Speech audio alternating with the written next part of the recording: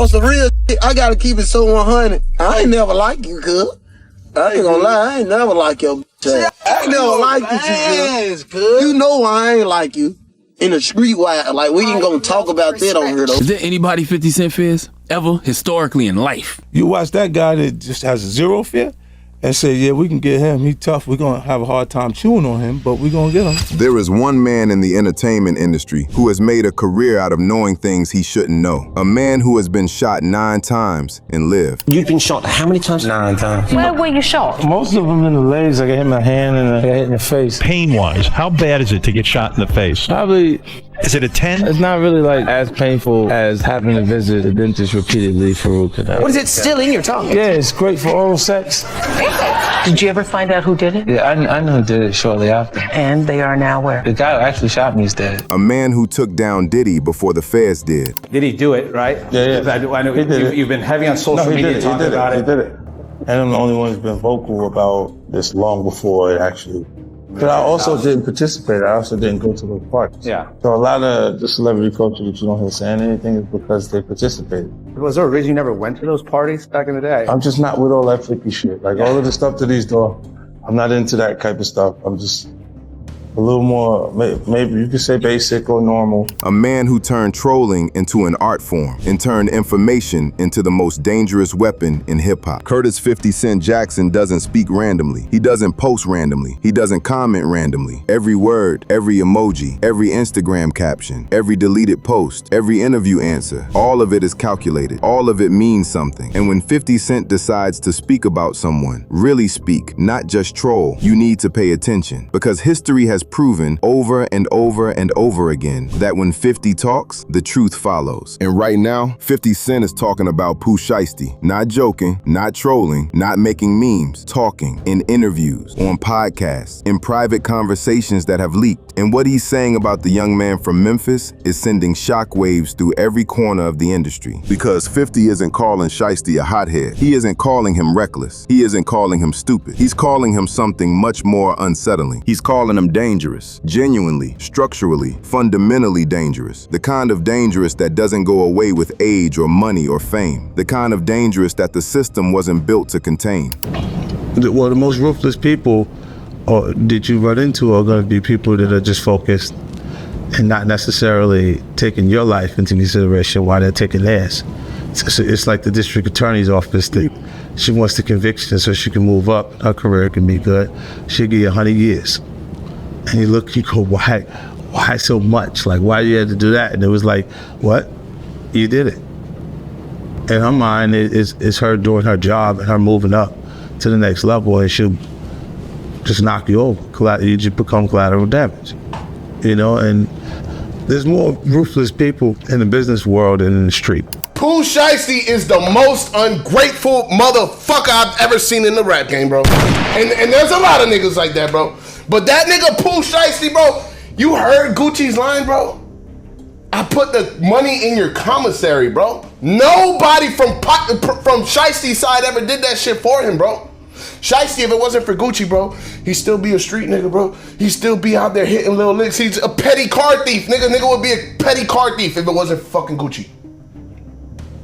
Come on, bro. It's ungrateful as fuck, bro. It's ungrateful as hell. Yeah, I think. And when a man who survived 9 bullets tells you someone is dangerous, you don't ask questions, you listen. It started with an interview, a casual, seemingly routine stop at the Breakfast Club to promote his latest project. DJ Envy, Charlemagne, Jess, the usual setup, the usual questions. How's the show going? What's next for G-Unit Film and TV? Are you and Diddy ever gonna stop beefing? Standard stuff. 50 was relaxed, laughing, doing the 50 thing. And then Charlemagne asked the question, almost offhand, almost like an afterthought. He said, what do you make of this whole Pooh Shiesty situation? The escape, the footage, all of it. And 50's entire demeanor changed. Not dramatically, not in a way that most viewers would catch. But if you've watched enough 50 Cent interviews, if you've studied the way this man communicates, you saw it. The smile dropped, not into a frown, into neutral. His eyes went flat. He leaned back slightly and he paused. A full 3-second pause before he answered. And when 50 pauses before he answers, it means he's choosing his words. It means whatever comes comes next has been filtered through a mind that understands exactly how much weight his words carry. What he said was this, and I'm paraphrasing because the exact quote is longer, but the core of it was, people don't understand what that kid is. They see the music, they see the age, they see the braids and the tattoos, and they think they know what they're looking at. They don't. What they're looking at is something that the industry has never had to deal with before, and they're not equipped. Charlemagne pressed him. What do you mean by that? And 50 said, I've been around dangerous people my entire life. I grew up with dangerous people. I am a dangerous person. But there's a difference between someone who became dangerous because of their environment and someone who was born that way. Environment shapes most people. Some people shape the environment. That kid shapes the environment. The room went quiet, and 50 moved on to the next topic like he hadn't just said the most chilling thing anyone has said about Pooh Shiesty since this entire saga began. To understand why 50's perspective on Shiesty matters, you need to understand 50's relationship with the world Shiesty comes from. 50 Cent and Gucci Mane go way back. Not as close friends, they've had their moments of tension, but as mutual respecters. Two men who came from the streets, survived the streets, and built empires from the wreckage. They understand each other in a way that people who didn't live that life never could. 50 has spoken about Gucci over the years with the respect that he doesn't give many people. He's acknowledged Gucci's business mind. He's acknowledged Gucci's resilience. He's acknowledged the fact that Gucci went to prison, came back, and built something bigger than what he had before, which is exactly what 50 did. And because of that respect, 50 has kept an eye on 1017. He's watched the artists come and go. He's watched the label grow. And he's watched the dynamics between Gucci and his signees with the eye of someone who has been a label boss himself and understands every tension, every frustration, every broken promise that comes with that relationship. 50 has said in previous interviews that he noticed Shiesty early, not because of the music, although he acknowledged the music was good. He noticed Shiesty because of something else, something intangible. He described it once as the thing behind the eyes, that quality that certain people have, a stillness, a readiness, a constant low-level awareness that tells you this person is operating on a frequency that most humans don't have access to. 50 recognized it because he has it himself. He recognized it because the men he grew up with in Southside Jamaica, Queens, the ones who didn't make it out, had it. It's not aggression, it's not anger, it's capacity. The capacity for extreme action without hesitation. And 50 says that when he saw that in Shiesty, he knew, years before any of this happened, that the story was going to end badly. Not because Shiesty was a bad person, but because people with that capacity and that environment and that level of pressure don't get happy endings. The system won't allow it. In a separate interview, a podcast appearance that got significantly less attention than the Breakfast Club sit-down, 50 went deeper, much deeper. The host asked 50 to compare Shiesty to other street-oriented rappers. Where does he rank in terms of authenticity, in terms of really living the life that he raps about? 50's answer was uncomfortable. You could see the host shift in his seat. 50 said, don't compare him to rappers. That's your first mistake. Comparing him to other rappers means you think he's performing. He's not performing. The music is the performance. Everything else is real. And when I say real, I mean the kind of real that doesn't have a ceiling. The host asked what he meant by doesn't have a ceiling. 50 said, most people, even people in the streets, even people who've done real things, they have a line, a boundary, a point where they stop and say, okay, this is too far. That line might be different for everybody. For some people, it's family. For some people, it's women. For some people, it's children. But there's a line. Everybody has one. He paused. I've met 3 people in my life who didn't have one. 3 people who, as far as I could tell, had no internal mechanism that said stop. No governor on the engine. And 2 of those 3 people are dead. The 3rd one is locked up. The host asked if Shiesty was one of the 3. 50 smiled. That smile. The one that doesn't reach his eyes. And he said, I said what I said. I'll let you figure out the math. Now, 50 didn't explicitly name Shiesty as one of the 3. He didn't have to. The context of the conversation made it unmistakable. And the implication that Shiesty belongs in a category with people who are either dead or imprisoned because their capacity for extreme action had no boundaries is the most disturbing thing anyone in hip-hop has said about this situation. Because 50 isn't a blogger speculating from his couch. 50 is a man who grew up in one of the most violent neighborhoods in New York City. A man who was a target of multiple assassination attempts. A man who has looked genuine killers in the eye and not flinched. And that man is telling you that Pooh Shiesty scared him. Not in those exact words, but in every word around them. According to sources close to 50's camp, the Breakfast Club interview and the podcast appearance weren't spontaneous. They were the public-facing version of private conversations that 50 had been having for weeks. And the most important of those private conversations was with Gucci Mane himself. Now, neither 50 nor Gucci has confirmed this conversation took place, but multiple people with knowledge of both camps have independently described the same call. And the details are consistent enough across sources that we can piece together what was discussed. The call happened after the CNN footage aired, after the world saw the airport tarmac, the SUV audio, the transponder going dark. 50 reached out to Gucci, not through intermediaries, not through managers, directly, because 50 understood something that most of the industry hadn't grasped yet. This wasn't just Gucci's problem anymore. This was an industry problem. A federal inmate escaping custody, international flight, private military contractors, shell companies, sealed indictments. This had escalated so far beyond a label dispute that the original grievance, Shiesty's unpaid royalties, was almost irrelevant. What mattered now was that a man with no boundaries was loose in the world with resources, motivation, and nothing left to lose. And 50 told Gucci, according to these sources, something that reframed the entire situation. He said, "You're thinking about this like he's coming back for the money. He's not coming back for the money. The money was the excuse. What he wants is for you to feel what he felt, powerless. And he'll do whatever it takes to make that happen." That framing, that Shiesty's motivation isn't financial, but psychological, is what reportedly shifted Gucci's entire approach. Because you can settle a financial dispute, you can write a check, you can renegotiate a contract, you can make the money problem go away, but you can't negotiate with someone whose goal is to make you feel a certain way. That's not business. That's something else entirely, and it requires a completely different response. 50 has been drawing a parallel that most people in hip-hop media haven't picked up on, but it's the key to understanding why he's so vocal about this situation, and it goes back to his own past. In the early 2000s, before 50 Cent was the global superstar, before Get Rich or Die Trying, before the vitamin water deal and the television empire, 50 was in a situation not entirely unlike the one between Shiesty and Gucci. 50 was signed to Columbia Records through a deal with Jam Master Jay. One night, me and a couple of my boys decided to go to Bentley's, an upscale hip-hop spot in Manhattan. We pulled up in my 400 SE Benz. Not many people had one. As I cruised past the club, out of nowhere, someone ran up on my car and slapped the hood, and my displeasure must have shown on my face. The guy quickly apologized. "I thought you was my man Kenny. He got the same whip." Once my alarm subsided, I took a good look at who was talking to me. It was Jam Master Jay from Run DMC, one of my heroes. I immediately pulled the car over, jumped out, and gave Jay a pound. I told him I was from South Jamaica and had always followed his career. He laughed and apologized again for running up on me, explaining he thought I was NBA star Kenny Anderson, another Queens native. I asked Jay if he was about to go into Bentley's.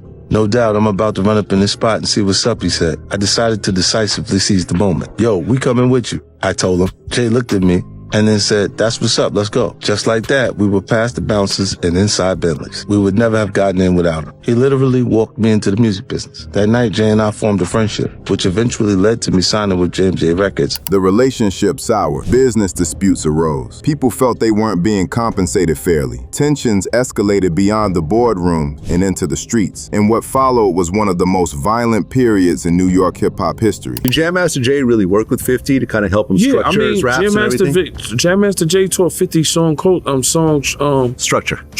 Okay, were you there when that was happening? And you gotta think, no, I used to go to the studio. I went to the studio a couple of times, but I was selling drugs and I was busy.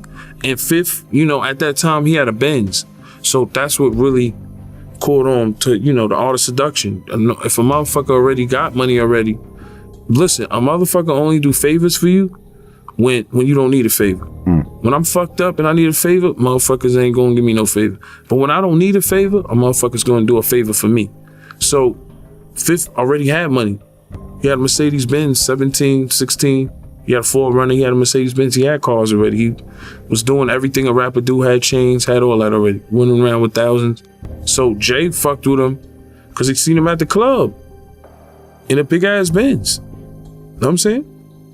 And rest in peace to Jay, man. 50 doesn't talk about this period in detail often, but when he does, he speaks with the weight of someone who understands exactly how business disputes in hip-hop can metastasize into something life-threatening. He's been on both sides, the artist who felt cheated and the boss who had artists under him feeling the same way. And what 50 sees in the Shiesty situation is a pattern he recognizes, a pattern that he knows from personal experience only ends one of three ways: prison, death, or one side completely and utterly destroying the other. 50 said in an interview that was barely covered, "I see myself in parts of this. I see my old self in Shiesty. The hunger, the anger, the willingness to burn everything down if you feel disrespected. And I see my current self in Gucci, the businessman who has too much to lose to respond the way the streets want him to respond. The difference is, I grew out of being the first guy. I'm not sure Shiesty can." That last sentence, "I'm not sure Shiesty can," coming from 50 Cent, a man who literally grew out of being a street figure and became a mogul. That's not a diss, that's a diagnosis. 50 is saying that the transformation he made from dangerous to disciplined is a transformation he doesn't believe Shiesty is capable of making. Not because Shiesty isn't smart enough, because the thing inside Shiesty that makes him dangerous is too deeply wired to be overridden by money or success or time. And now we get to the moment that broke the internet, because of course we do. Because with 50 Cent, it always comes back to Instagram. 3 days after the Breakfast Club interview, 50 posted an image on Instagram. The image was a split screen. On the left side, a photo of Pooh Shiesty from his early career. Young, hungry, eyes locked on the camera with that flat, emotionless stare that became his signature. On the right side, and this is the part that made people lose their minds, a photo of a wolf. Not a cartoon wolf, not a cute wolf, a real wolf. Photographed mid-stalk, low to the ground, eyes locked forward, every muscle coiled. The kind of photo that makes you feel the danger through the screen. The caption was 2 words, same energy. The post was up for exactly 19 minutes before it was deleted. 19 minutes, long enough for the entire internet to screenshot it, short enough to maintain deniability. Classic 50. But the message was clear. 50 wasn't comparing Shiesty to a wolf as an insult. He was comparing him to a wolf as a warning. A wolf doesn't attack out of anger. A wolf doesn't attack out of emotion. A wolf attacks because that's what it's built to do. It's in the wiring. It's in the DNA. You can put a wolf in a cage and it's still a wolf. You can feed a wolf every day and it's still a wolf. The environment doesn't change what it is. And 50 was telling the world, that's what you're dealing with. Not a rapper who got in over his head. Not a young man who made bad decisions. A predator, operating on instinct, doing what his nature compels him to do. Whether you find that assessment fair or not depends on your perspective. But coming from 50, a man who has looked into the eyes of predators his entire life, it carries a weight that no blogger or commentator could ever match. 50 hasn't just been talking about Shiesty as an individual. He's been using Shiesty as a case study to deliver a warning to the entire music industry. And that warning is this: you created this. In multiple interviews over the past few weeks, 50 has been hammering a single point. The music industry signs young men from violent environments, profits from their trauma, exploits their street credibility, and then acts shocked when those same young men bring the streets into the boardroom. 50 said on a recent podcast, "You can't sign a man because he's dangerous, market him because he's dangerous, sell his music because he's dangerous, put dangerous in every headline and every press release and every marketing campaign, and then be surprised when he's dangerous to you. That's not a surprise, that's a consequence." And he's right. The entire marketing of Pooh Shiesty, from the name to the music to the image to the social media presence, was built around the idea that this man was authentic, that the street life he rapped about was real, that the violence in his lyrics wasn't fiction. 1017 leaned into that. The blogs leaned into that. The streaming platforms leaned into that. Everybody profited from the idea that Pooh Shiesty was the real thing. And now that he's proven just how real he is, escaping federal custody, fleeing the country, allegedly threatening Gucci's wife, operating like a man with nothing to lose, the same people who celebrated his authenticity are terrified of it. 50 sees the hypocrisy, and he's not letting anyone forget it. He said, "The industry doesn't want real. The industry wants the illusion of real. They want a man who looks dangerous in a music video, but acts like an accountant in a meeting. They want the aesthetic without the consequence. And when they get the consequence, when the real walks through the door and does real things, they want to call the police. The same police whose existence they rap about opposing." That critique isn't just about Shiesty. It's about every label that has signed a street artist, profited from their story, and then discarded them when the story became inconvenient. It's about a system that commodifies trauma and then criminalizes the traumatized. And 50, who has lived on both sides of that equation, is uniquely positioned to make make that critique, because he's not speaking from theory, he's speaking from the scar tissue. Here's the part of this story that keeps me up at night, because there's something 50 isn't saying, something he's holding back, and the fact that he's holding it back is almost more alarming than anything he has said. Throughout every interview, every podcast, every conversation about this situation, 50 has consistently alluded to having information that he hasn't shared publicly, not in a bragging way, not in a I know something you don't know childish way, in a careful, deliberate way that suggests the information is sensitive enough that sharing it would have consequences. On The Breakfast Club, when Charlemagne pushed him for more details, 50 said, "There are things about this situation that aren't mine to say. Not yet. The timing isn't right." When the podcast host asked him if he knew where Shiesty was, 50 didn't say no. He said, "I know things that would make this conversation very different, but I also know that saying those things right now will put people in positions they don't want to be in, including me. 50 Cent, a man who has been shot 9 times, who has publicly feuded with some of the most powerful people in entertainment, who has literally laughed in the face of death threats, is being careful. That alone tells you the stakes. So what does 50 know? Theories range from the mundane to the explosive. Some people believe 50 knows Shiesty's location, that through his network, which spans multiple countries and multiple industries, 50 has been told where Shiesty is hiding, and he's choosing not to share that information because doing so would make him a cooperating witness in a federal investigation, which is a line that 50 Cent will never cross. Others believe 50 has information about who financed the escape, that the shell companies, the private contractors, the charter jet, all of it traces back to an individual or organization that 50 is aware of, and that individual or organization is powerful enough that even 50 is treading carefully. And then there's the theory that 50 knows something about what's coming next, not what has already happened, what is about to happen. That the next phase of this saga, whatever it is, involves players and stakes that the public hasn't even begun to imagine. And 50 is positioning himself accordingly, saying enough to be relevant, not so much that he becomes a target. That's vintage 50 Cent, always in the conversation, never in the crosshairs. And now we need to talk about the elephant in the room, because there's a reason 50 Cent is suddenly so vocal about Pooh Shiesty, and that reason might have less to do with concern for the culture and more to do with content. 50 Cent is the most prolific producer in true crime entertainment right now. His production company, G-Unit Film and Television, has produced documentaries on Diddy, on hip-hop culture, on criminal enterprises. He turned the Diddy saga into a multi-part Netflix series that broke streaming records. The docu-series,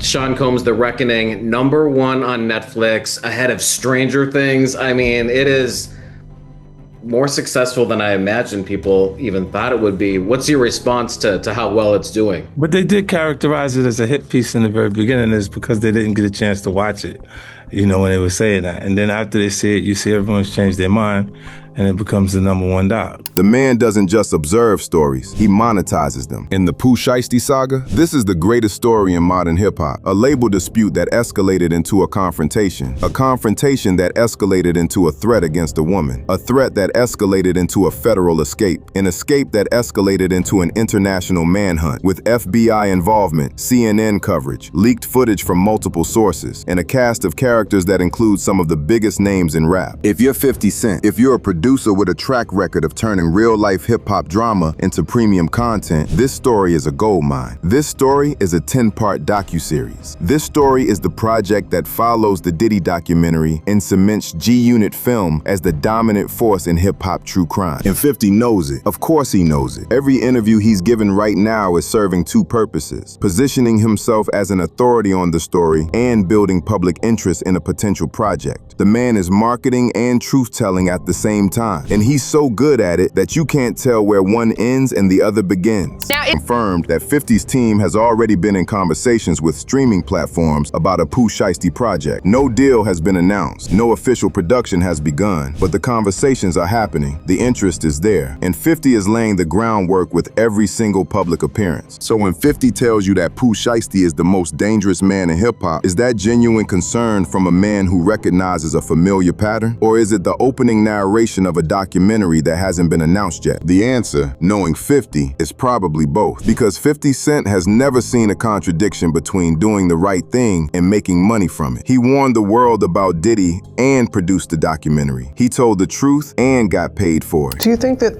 hip-hop culture was on trial as much as Sean Combs was? Not all. Look, if I didn't say anything, you would have you would interpret it as hip hop is fine with his behaviors. There's no one else being vocal. So you would look at it and just say, because that mind your business, or let me not say nothing about nothing, or those things, it would allow the entire culture to register as if they're for that behavior. What's your intent with the series, with the film? I mean, I think the intention is to give a more full-bodied experience to what happened, you know, from the people that agreed to sit down and to participate. And I feel like the film asks a lot of questions, you know, maybe more questions are asked than answers given. And I think that it was important to both of us to preserve the culture of hip hop, because I think all too often when projects like this are made, our culture is diminished, you know. This is a story that I think a lot of people want to kind of rain down on the culture of hip hop as a whole, and they forget that these are the actions and the allegations of one man.